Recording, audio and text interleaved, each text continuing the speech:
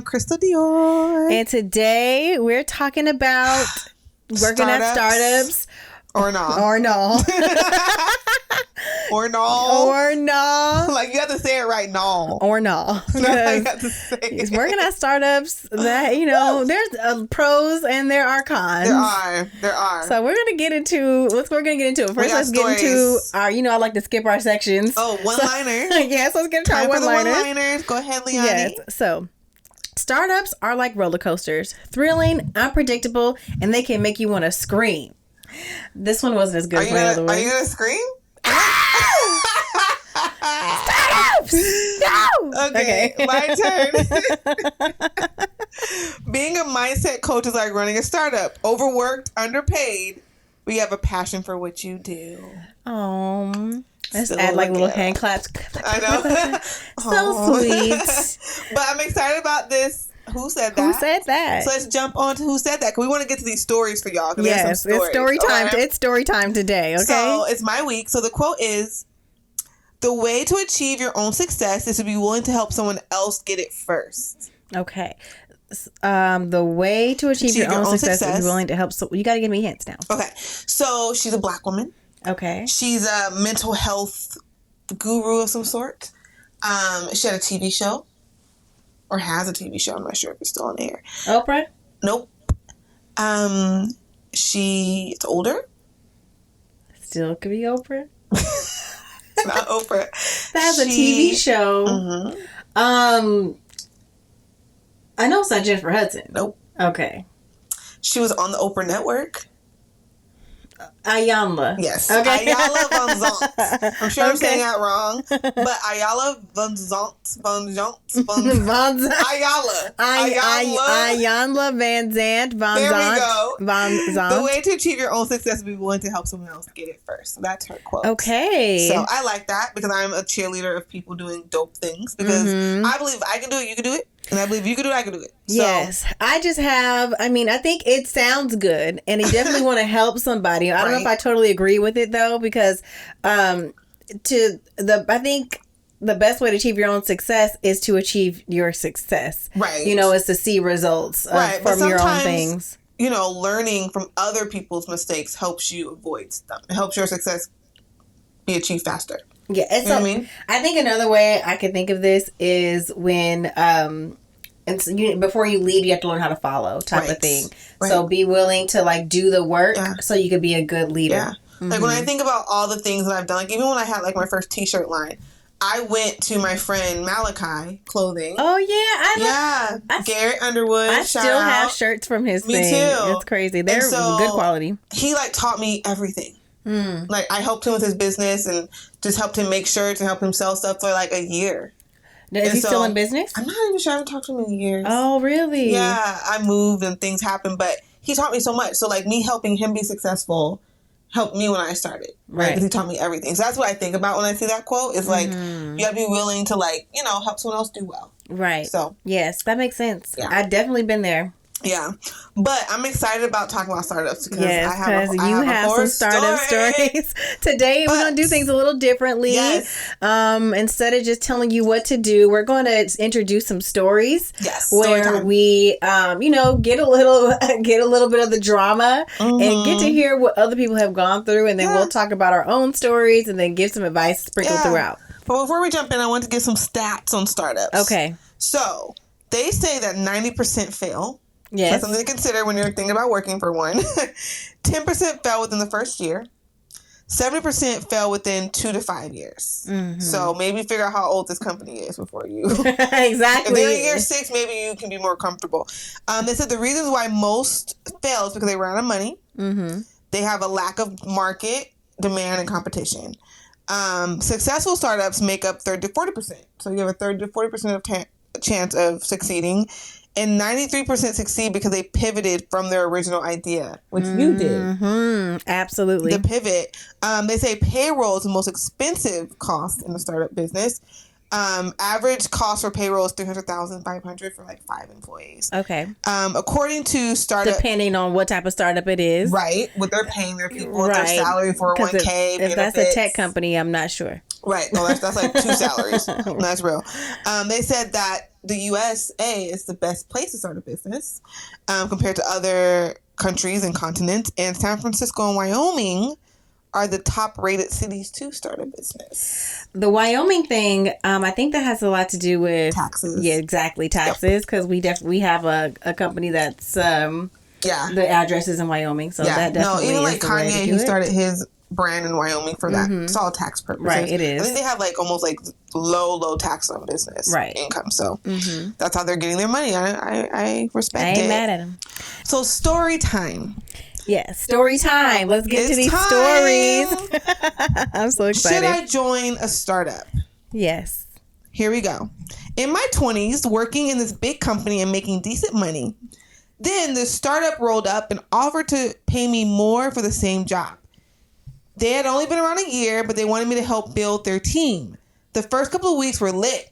We're in a bougie office in a bougie city doing bougie things.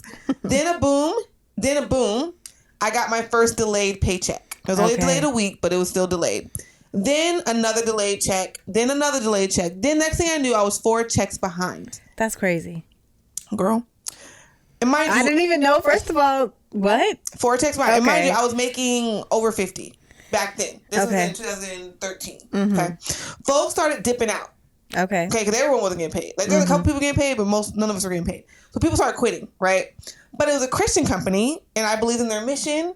And the owner gave this vibe of like charisma, and he always made promises like, I'm one deal away from paying you guys. Like, I'm going to this meeting, and I'm one deal away from paying you guys. And once I close this deal, you guys are all going to get your money plus some and promotions. And see, you don't play with people's paychecks like that. Listen, okay. So I have belief that he was going to get the money and pay us, and I was like, okay, I can hold out a little bit longer.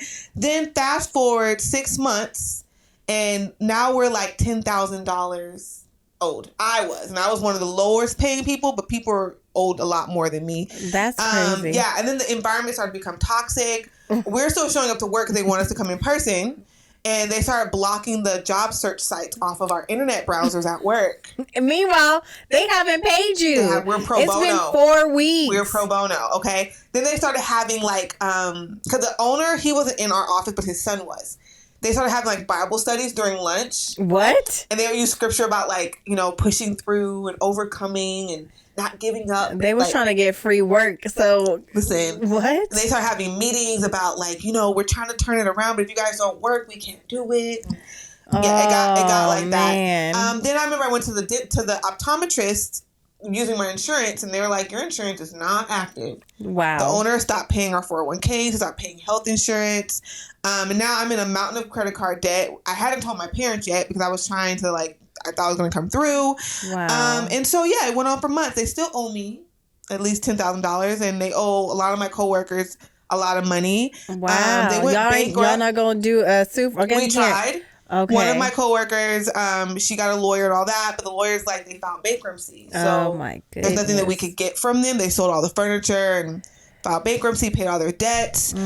So yeah, that was probably my biggest career hoopla. Like, I feel like financially it took years for me to get out of that debt. Yes. Because I was behind. I ended up getting another job 3 or 4 months after I left them.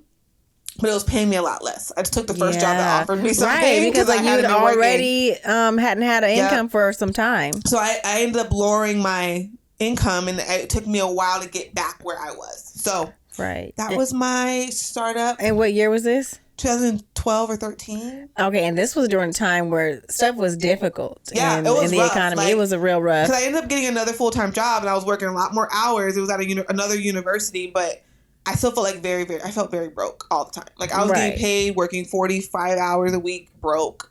Like, I had no money. Jesus. Okay? Because of all the credit card debt that I acquired. I had a car note. I had rent. I had student. It was just a lot. So I ended up career change. That's how I ended up going to grad school. I quit that job. I'm like, if I'm going to be broke, I'm at least going to be broke. Like, at least and be educated, at least. Because I was like, I mean, broke is broke, right? What are we doing here? What are we doing? So I literally quit that job, moved to Florida, career change, and then I ended up here. But yes, that startup like definitely scarred my little soul. That was your first job out of college? No, second. I worked for University of Phoenix my first job out of college. They paid really well. Okay. They paid, at least back then, it was like 2012, I was making like 47, you know, and that was a lot 10 years ago. Back then, right. Yeah, and so I was balling. I had no bills. I was like going on vacations. Right, it's like going happy hours. It's like drinks on me. This job recruited me, paying me $10,000 more than what they were paying. So I was like, all right, bye, University of Phoenix. I'm going up. And then, whoop. Right. And that lasted for how long? I was at University of Phoenix? No, at the new place, the Christian place. The startup? Yeah. It wasn't even a year. They only paid me like 2 checks on time. So when did it start? When did you start noticing it going down? The first delayed check, I was like, you know, that was only like a week late or something. Okay. The second check was like another week late. Now I'm like, this is becoming a thing.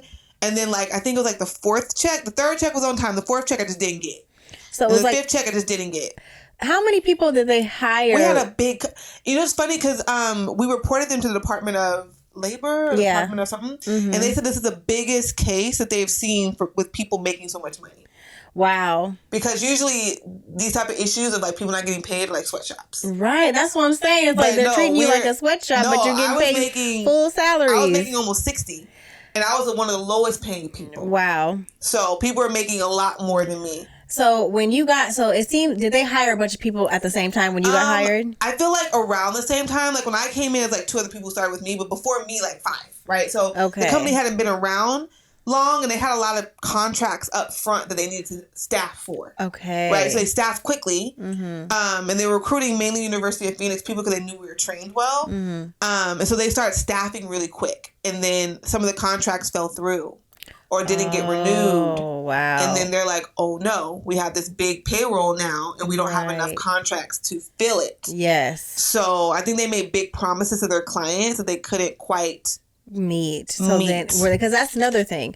If you're going to have a business where you have to hire talent to maintain that, you have to play the game much differently because your output is contingent on these people serving these clients. And so did they, how do you feel about their training with you and stuff like that? We didn't have time to train. They expected us to pull whatever we had learned and try to just apply it, you know, and they spread us thin to where I was the online admissions department for like 3 universities at a time. Right, so I'm having to learn all their programs, enroll. It was a lot. So it's kind of like a staffing company for other universities? What they did was they recruited, their main client was Christian universities who didn't have an online program at the time. Okay. And since University of Phoenix was fully online, so at the time, we were the trailblazers in online learning. Other schools hadn't done it yet, really. We had been doing it, so that's why they wanted us. So that's what, even the CEO was from University of Phoenix.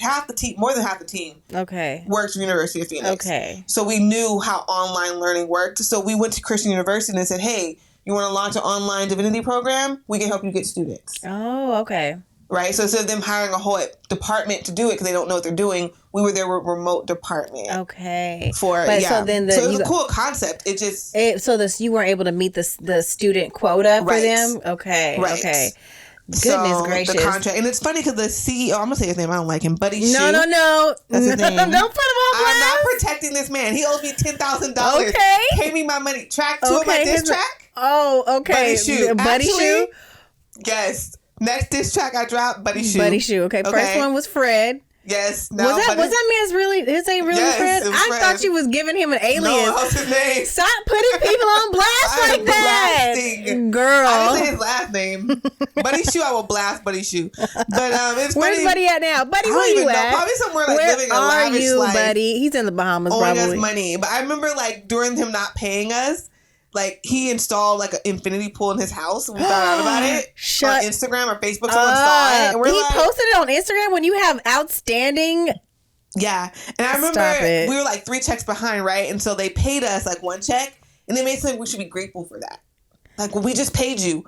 Yeah, but we're 3 checks behind. 3 checks behind. What are you talking about? What it was crazy. Arrogant and then his son was a CFO. And I remember towards the end when I was like, I gotta go. His son had the nerve to send out an email to everyone saying that him and his wife wanted to adopt a baby. Okay. If we want to donate. You're asking for donations? When you owe me money? We don't got no money. Like, what are you doing? It's so funny because in the beginning, everyone's going to lunch together. Because we lived in a really, we're in a really bougie building, right? Why did they do all of this? So we're all going to lunch. By the end of it, we're all eating ramen. We're all sharing rations. Oh my God. And this was in a second. It's like in the span of 6 months. What were you doing, buddy? What were you doing? He would have these meetings with us. Like, if you guys can't show up 100%, then, what's the point of showing up? Bruh. See, some people... I am impoverished. Listen, some people think they can run a business on motivation alone. No. I mean, you gotta have plans, strategy. Do you remember... Do you watch Housewives of Salt Lake City? Yes. When they had that lady who was Reality Von Teese, and she was like, screenshots.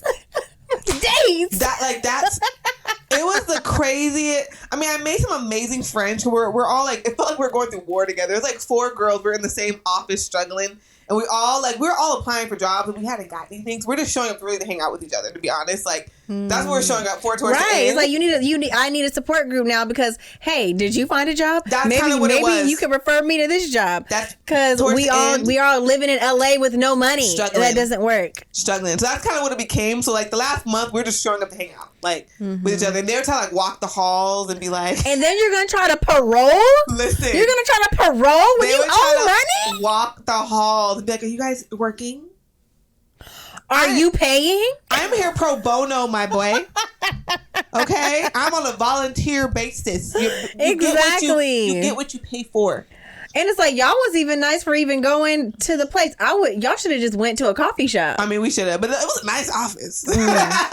But we were poor. But yeah, I guess they're like, I guess from their perspective, if we gonna keep the lights on for you, I guess that's what it was. Then you need to be doing the work to keep the lights on. In the beginning, we had like office snacks. That was like a month. How long? So when did the business start, and when did it end? A year before I started. So I came so it was brand in the beginning of their second new. Year. Man, and so that's the thing about startups. A lot of them, they want you to be scrappy. They want you to be quick, because they need to get off the ground. Yeah. So you got to be ready to jump right in with that. So should you join a startup? Should you join a startup? Going back to what I was saying. Are you ready to be scrappy? Are you ready to give more of yourself? Do you have a passion for this? Yeah.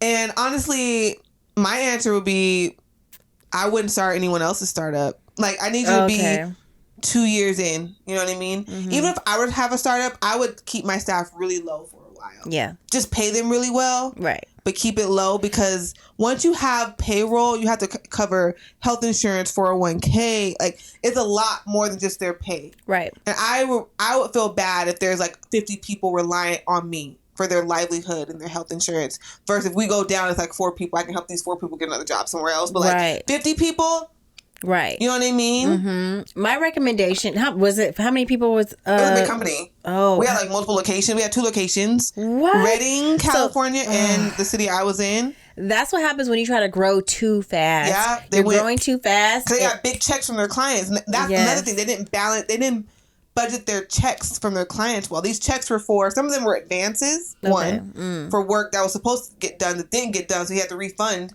some advances. So if you know this is not permanent money, be mindful of how you're hiring. Like, you know what I mean? Like, they just jumped ahead. Even them trying to pay me $10,000 more than what I was making, they probably shouldn't have done that. They probably should have started with lower paying employees who they could easily afford. Right. Not people who are getting paid this much somewhere else. You know what I mean? Exactly. Sometimes you try to start, sometimes as businesses, and I'm saying this from personal experience. You try to start in somebody else's middle. So you see that you can get the loan, you can get the money, you can get the investment or whatever to do a business, and put you at the front of the race type of thing, where you're more advanced, you have more advanced technology, product, services, or whatever.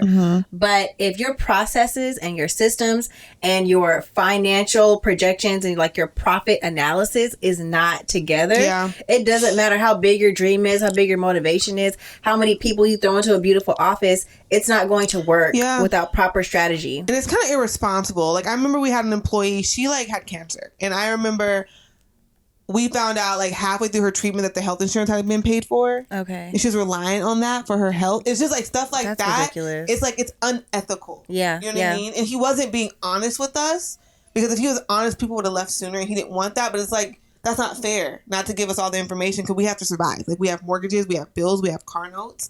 You're not going to pay these bills for us, right? So you're trying to get what you want, but you're not thinking about, I'm putting my employees in a really sucky position. So do you think him being a Christian Workspace, and he was a pastor, right? No, just a Christian. Okay. A Christian Workspace where it's like you have this idea that God is going to bless you and that God's going to come through, and like there's going to be a ram in the bush and things are going to flip around type of thing. Do you feel like that had anything to do with him going so long? I also feel like it sometimes people use the Lord's name to manipulate. Absolutely.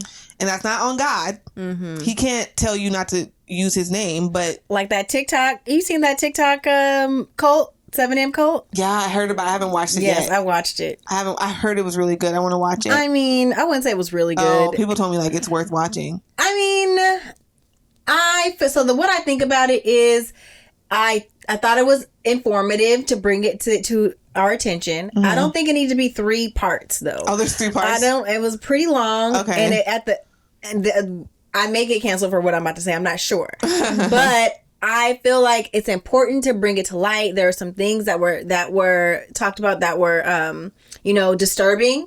But it just felt like it was too soon to put it on Netflix. It wasn't over yet. It's like the story is still developing. I see. It's kind of at the end. It's like, it just sounds like complaining. Okay. But because nobody's doing anything. The police are like, man, sorry, I just told you, sorry. Okay. Like, what's going on? But the story is not, there's no period to the story yet. Okay. And I feel like it's still in the middle of developing. So it seemed like it was too soon to tell it. And I feel like for me, I think it could misconstrue the message. I understand. I've been wanting to watch it. I've seen clips, but no, I mean, people manipulate, people use, that's why you have to know the word for yourself. Right. You have to have a connection with God for yourself, so you're not relying on someone else to get closer. So I feel like with Buddy Shoe, he manipulated our faith in his vision. Okay. And he wasn't honest with us. You know what I mean? Because although, yes, God can give a ram in the bush. Yes, he can show up in ways that are unexpected. He also says faith without works is dead. He also talks about being a good steward and being honest. You know what I mean? So and not getting in the infinity pool when you have people who are unpaid. There are a lot of violations that might stop that ram on the road. You know the ram was like, I got someplace to be. It's like, oh. I gotta go back. Never mind. He ain't doing right. Right. Like, so, but lesson learned. I was young and I wish I had left sooner. Right. But we'll come to that later. Let's jump to our next story time. Yes. Okay. So this is we're doing personal stories today, but I'm gonna give my husband's story since he's worked in more startups than I have. So this is Crystal hasn't heard this, so let's see if she can crack up. Okay. So, and me and ChatGPT wrote this. I gave the details. ChatGPT helped me put it in story form. Okay. So, picture this, Golden Girl style. My husband, a seasoned software engineer with a resume that reads like a Silicon Valley tour guide, lands a gig at this startup in California. Now, if you know anything about startups, you know they can be a bit like a toddler on a sugar high. Exciting, unpredictable, and occasionally prone to face planting in a pile of Legos. Google, because they be having stuff. They have all types of fun, like wacky world stuff. Okay. Anyway, my husband gets hired, and in true startup fashion, they decide to kick things off with a team building extravaganza. We're talking a full day at the beach, a hike that would make a mountain goat sweat. Okay. That's ChatGPT. And a fancy dinner to cap it all off. Oh, and they were waiting for their new VP to start. So they had hired a VP like a couple of weeks prior, but he hadn't started yet. Okay. So they figured, hey, let's throw him into the deep end of the pool too. We're going to bring him on this extravaganza. Okay. So the VP shows up to the workshops and things like that. Okay. And he probably was thinking he was going to join the next hot thing. He had come from really, Big company, and he was like coming to the small company to like do some things, give back, do good, right? And mind you, these people have received lots of funding recently. Okay, so he's like, oh, they're going to go somewhere. But let's continue with the story. So he participates in all the team building shenanigans, and then they wrap up the day and tell him, meet us at this restaurant tonight. It'll be great, right? Okay. But here's the thing. This is where things go off the rails. The tech supervisor, who apparently has the attention span of a goldfish, decides that playing volleyball on the beach is way more fun than dinner. So he and the rest of the team just don't show up. They ghosted the VP? They ghosted the VP.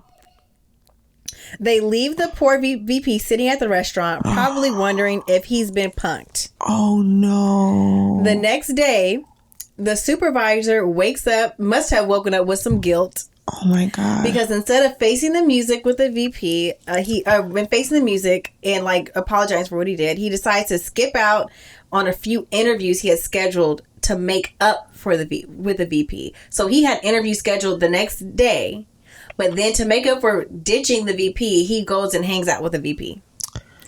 So now, not only is the VP confused, but there are also a bunch of candidates and twiddling their thumbs in the lobby. I just don't understand.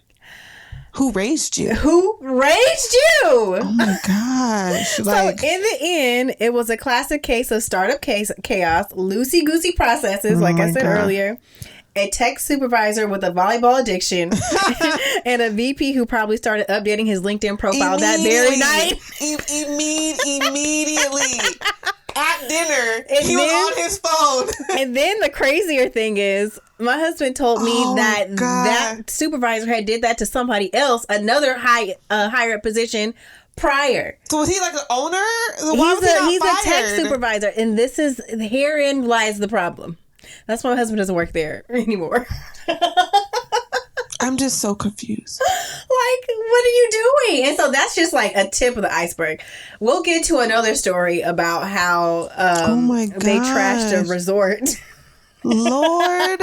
It's funny because one of my best friends, she just got a job at a startup, and I was telling her, I was like, listen, keep your resume sharp. Sharpen. Like, that's why I'm like, sharpen it like a pencil. Right now it's going really well. She loves it, and I hope it stays well, but I always tell her, hey, don't let that resume get dusty, okay? I call my nickname. If you see a deep green, almost yellow flag, bounce immediately. I call startups tree houses because that's how people treat them. It's like they live in that like Lost Boys, Peter Pan type of thing. Sometimes I think people stay because they think this company might be the next Google. Yes, I might be on the stage in the crowd introducing a new product. These stocks is are gonna blow up. Likely no. Okay, like I told you, 90% fail, likely not. Okay. Oh my gosh, like deuces, because y'all need to get it together. Lord. So, what would you have done in this situation?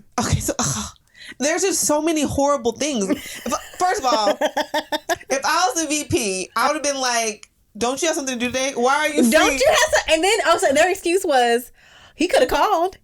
You told me to meet you at this restaurant. What are you talking about? And I'm the VP. Y'all need to meet me.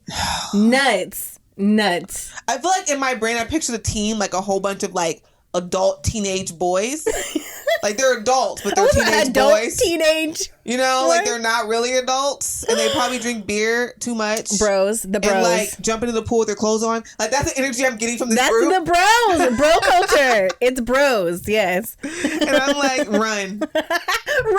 Run. Like whenever I see two or more of them in a group, I run. Woo!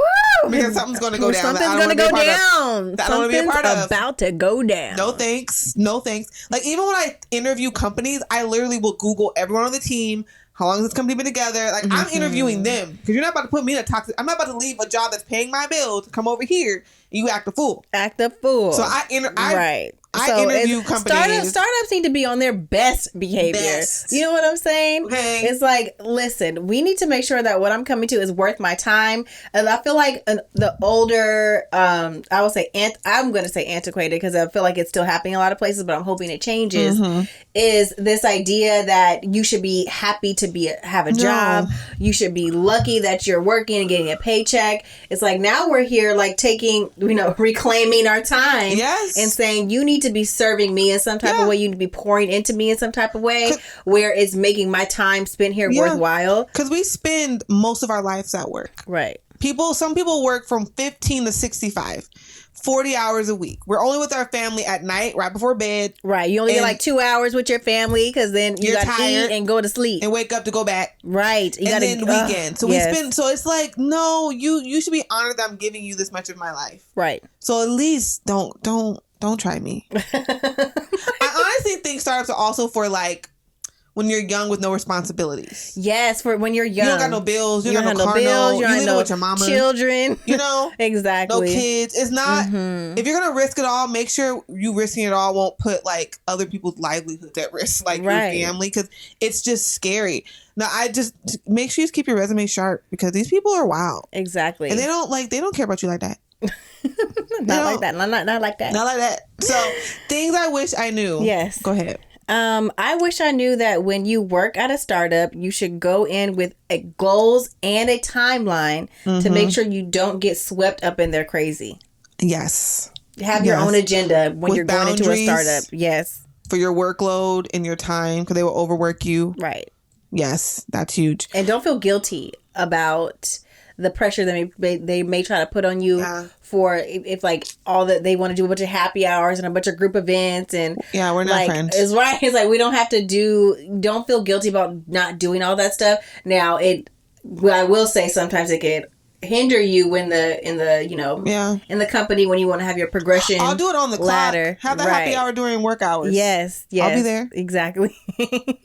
But now I'm off. Why do team bondings need to be after work? No. How come team bondings can be happy hour starts at 3? Pay me overtime. Let's all get off work at 3 and go to happy hour. Pay me over if you want me here overtime. Pay me overtime. Yes, absolutely. Because you already get 9 hours of my day, and you take more from my family. Like, come on, exactly. It's selfish. And unpaid lunch gets on my nerves. Like, I don't like. I'm also bad. We need to be here for 8 hours, not 9. I don't like lunch with coworkers either. Like, I don't be with you all day. Yeah. This is my quiet time. Don't come knock on my door. No, I don't want to go Chick-fil-A with you.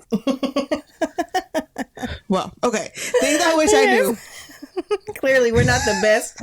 We don't have the best reputation in the office because we just want to go to work and go home. Yes, okay? Like, we can laugh, kiki during team meetings. Right. One-on-one. Anything that I am being paid to be there, we can kiki. Right. But that 1 hour is all mine. It's mine. Okay. Mine. If I want to nap in my car, I'm gonna nap in my car without you knocking on the window. Okay. So things I wish I knew. I wish I knew the risks associated when I started a startup, when I became the part of one. I wish I had left sooner. And I wish I treated it like dating. Don't stay for the potential. Stay based on the facts and what you see consistently. Right. Don't be listening to what they hear. Listen to their actions. Listen. Okay? That is a dating tip. This is honestly, not a dating podcast, but listen. Really, too many of us get caught up listening to what they say. What are you doing? Be watching their actions. What have you done consistently? Exactly. Okay. Don't say I'll be there. We'll go on dates. Don't tell me you're an entrepreneur. Okay. You don't got no LLC. You don't got no business. You don't got no money. You're not working every day. What are you doing? No, you're not an entrepreneur. You're unemployed. So you got to look at, when people tell me that. Where's the vision? When they tell me they're an entrepreneur, I'm like, oh, so what's your website? Can I see your Instagram? Because otherwise, no, you're just unemployed and you're trying to play me. Right. Okay. Like, not going to get me caught up. What are the actions? I'm not listening to you. I'm not doing startup businesses or startup men. I'm watching the actions. You said what? I'm not doing startup businesses or startup men. Oh, startup men? Girl, they about to come for you? They're about to come for me. Whatever. That's for your 20s. Woo, that's for your fair. 20s. That's okay? fair, but it'd be hard out here in the street. Listen, I will pour the world into you, but you got to come with something. You got to come with something. Okay? We can't be straight at mama's house. You know? Got to come with something. Okay, let's see. I want to hear the comments. on that one. I stand by it. 10 toes down. And while we're here in the comments, let's talk about subscribing. Have let's you done talk about it? that. Exactly. Go ahead and subscribe. Go ahead and like. Go ahead and follow. Yes. Go ahead and write some comments. I want to know. You can come for me. I don't mind. You know, all smoke is good smoke around here. So for go her, ahead. I don't want the bad smoke. I don't mind the smoke. So go ahead, do all the things. Tell your friends. You can find us on all the social media platforms under Giggles and Goals. You can also find where to stream us on gigglesandgoals.com. So go ahead, check us out and share and subscribe and listen to all our videos. Yes. And rate and review us on all the podcast streaming places, please. Good reviews are welcomed. You know, any review is great, but good reviews are the best. Actually, yeah. Just do the good ones. If you have smoke, just email me. Right. Just email us if you want the smoke. We may, bring it up on the show. Yeah, and if you have a story to share, maybe you had a horror story at work with coworkers, with business startups, go ahead and send us an email, gigglesandgoalspodcast@gmail.com. Go ahead and email us and we'll share your story. Yes. Or if you just need some advice on a work situation or business situation, write into us at, what's the email? Did you give it already? gigglesandgoalspodcast@gmail.com. Thank you. Love you. Bye.